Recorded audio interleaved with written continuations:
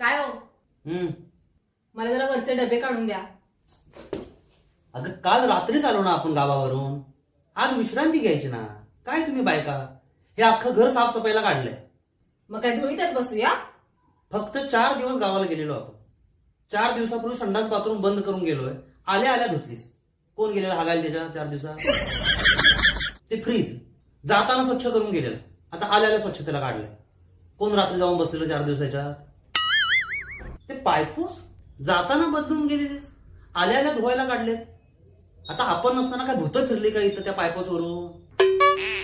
खरंच साफसफाईची गरज आहे की मी बसलेला बघवत नाही म्हणून कामं काढते? बसाव, तुम्हाला काय कळतंय?